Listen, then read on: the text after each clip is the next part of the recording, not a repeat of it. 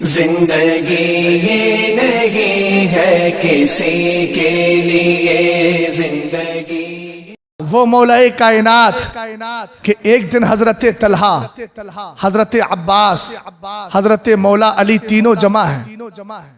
حضرت طلحہ نے کہا لوگو تینوں میں آپ باتیں کر رہے ہیں، فرمایا انا صاحب البیت اذا شئت کنت فی۔ حضرت طلحہ نے کہا عبداللہ اے عباس اور اے علی سنو، میرے پاس خانہ کعبہ کی چابی ہے، ابھی چاہوں کعبے میں اندر چلا جاؤں۔ حضرت عباس بھی خاموش کیوں رہتے؟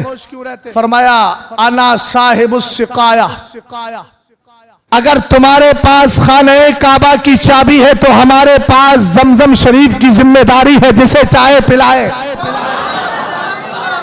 اب سب آپس میں بات کر رہے ہیں، ہوتا ہے نا کبھی آپ کون ہے کہ میرا دادا وہ تھا کہ میرے باپ وہ تھی کہ میں یہ کرتا ہوں۔ حضرت طلحہ نے کہا میرے پاس خانہ کعبہ کی چابی ہے، ابھی دروازہ کھولوں اندر چلا جاؤں، بڑے فخر کی بات ہے۔ حضرت عباس بولے میرے پاس جو ہے زمزم شریف کا کنواں ہے، جس کو چاہو پانی پلاؤ۔ فرمایا حضرت علی سے کہا آپ بتاؤ۔ حضرت علی نے کہا میں یہ نہیں کہتا کہ میرے پاس خانہ کعبہ کی چابی ہے، میں یہ نہیں کہتا کہ میرے پاس جو ہے زمزم شریف کا کنواں ہے۔ تو کہا کیا ہے؟ کہا الحمدللہ مجھے یہ کمال حاصل ہے کہ میں تم دونوں سے پہلے مسلمان ہوا ہوں، اور 6 مہینہ پہلے یعنی تم مسلمان ہوئے، تم سے 6 مہینہ پہلے میں مسلمان ہو گیا، اور مجھے پہلے نماز پڑھنے کا موقع مل گیا ہے، رب کی بارگاہ میں سجدہ کرنے کا موقع مل گیا ہے، اللہ کی بارگاہ میں جہاد کرنے کا موقع مل گیا ہے۔ ابھی تینوں کی بات چل رہی تھی کہ جبریل مصطفیٰ کی بارگاہ میں آئے، اور آنے کے بعد قرآن پاک کی آیت لے کر آئے۔ سرکار فرماتے ہیں، قرآن کہتا ہے اجعلتم سقایۃ الحاج وعمارۃ المسجد الحرام کمن آمن باللہ والیوم الآخر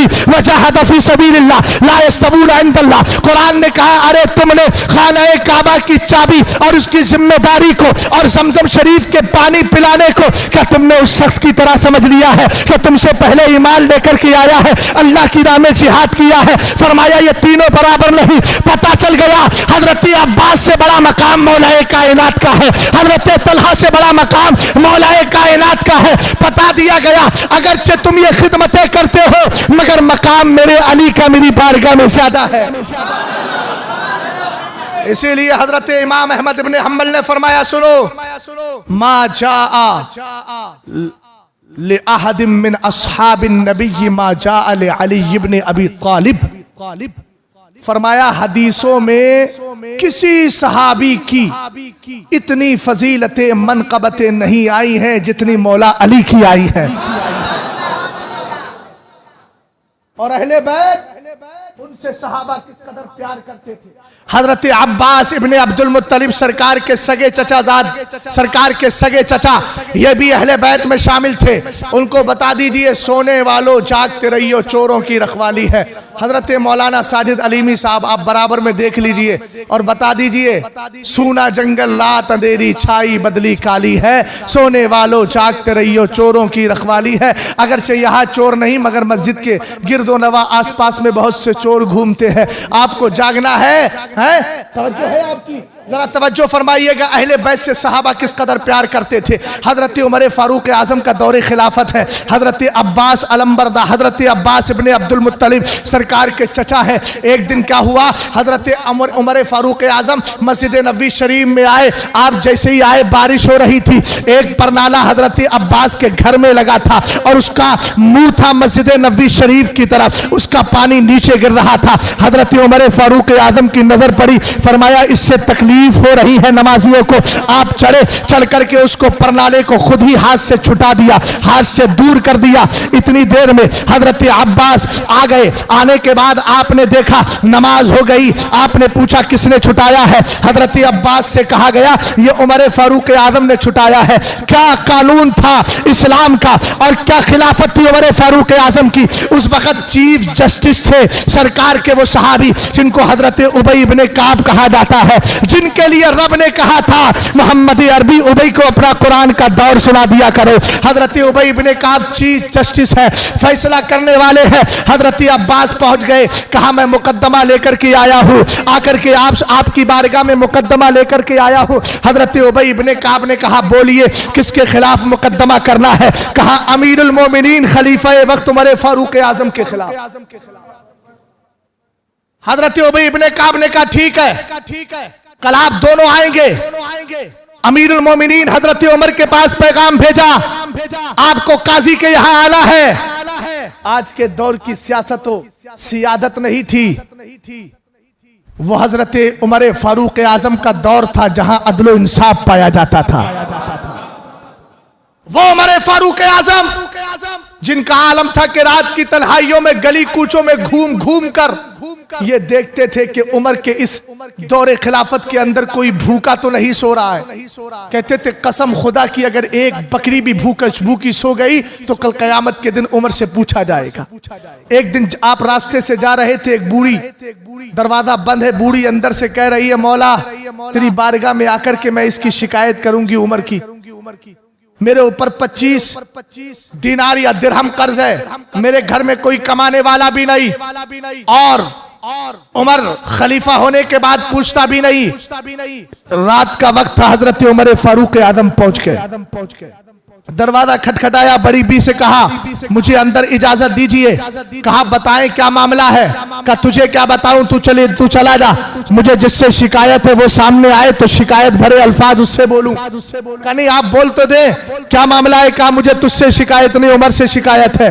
حضرت عمر فاروق اعظم نے اتنا سنا, خوف الہی میں آپ فوراً ڈوب جاتے ہیں اور آپ کا دل اندر سے خوف زدہ ہو جاتا ہے. کہنے لگے عمر سے کیا شکایت ہے؟ کہا وہ خلیفہ وقت ہے, مجھے مال بھی نہیں دیتا, مجھے کمانے والا کوئی نہیں, دھیان بھی نہیں دیتا. کہا بڑی بھی ایسا کرے میری طرف سے عمر کو معاف کر دے. کہا نہیں میں عمر کو معاف نہیں کروں گی, میں تو رب کی بارگاہ میں جا کے شکایت کروں گی اور قبر میں جاؤں گی تو مصطفیٰ سے کہوں گی کون آپ کے جانشی بنا تھا جس نے میرا خیال بھی نہیں رکھا تھا. حضرت عمر فاروق اعظم فوراً جاتے ہیں, درہم و دینار جو تھا وہ لے کر آتے ہیں, گھر میں غلہ نہیں تھا اس کا انتظام کرتے ہیں, اور انتظام کرنے کے بعد اپنے وقت کا خلیفہ جس کو حضرت عمر فاروق اعظم کہا جاتا ہے, جس کے جلال کا عالم یہ تھا, جس راستے سے گزرتے تھے شیطان راستہ بدل دیا کرتا تھا مگر یہ عدل و انصاف تھا, اس بوڑھی کے سامنے آئے دو سانو ہو کر بیٹھ جاتے ہیں اور کہتے ہیں بڑی بھی عمر کو معاف کر دو. کہا نہیں بیٹا میں کیسے معاف کروں؟ کہا اب تو معاف کر دو. کہا بیٹا تو نے بڑی خدمت کی ہے, میرا مال بھی دے دیا ہے, تو نے میرے لیے راشن کا انتظام کر دیا ہے, معاف تو نہیں کرتی عمر کو مگر تیری وجہ سے معاف کر رہی ہوں.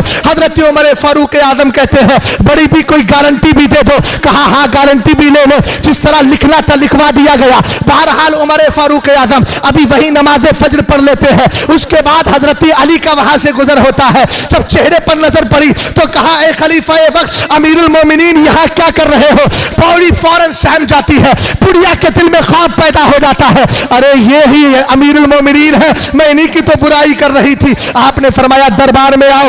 دربار میں بلایا گیا, پوری ڈری گئی. اس کے بعد حضرت عمر فاروق اعظم نے کہا آج کے بعد ان کی ماہانہ تنخواہ یا ان کا ماہانہ خرچ باندھ دیا جائے. اور کہا حضرت عمر فاروق اعظم نے کہ میں نے ان سے گارنٹی اس لیے لی ہے تاکہ قبر میں جاؤں, سرکار پوچھے عمر کیا کر کے آیا ہے تو کہوں سرکار ایک بڑھیا میرے دور خلافت میں مجھ سے ناراض تھی, میں اس بوڑھی کو بھی آپ کی خاطر راضی کر کے چلا آیا ہوں.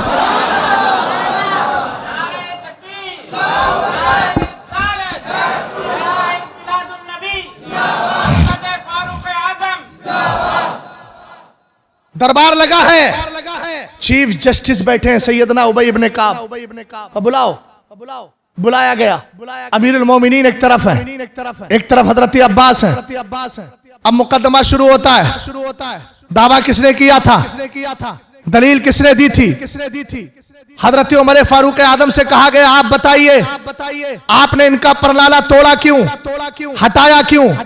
کہا کہ آپ جانتے ہیں مسجد میں کسی کا حق نہیں ہوتا, مسجد اللہ کا گھر ہے, نمازیوں کو تکلیف ہو رہی تھی, پانی گر رہا تھا پرنالے سے, وہ بہ بہ کے ان کے جسم پر گرتا تھا, میں نے اس لیے روک دیا, اس لیے ہٹا دیا, بتائیے میں نے کون سا غلط کیا ہے؟ یہ بات مکمل ہو گئی. حضرت عباس بولے ابی ابن کعب اگر مجھے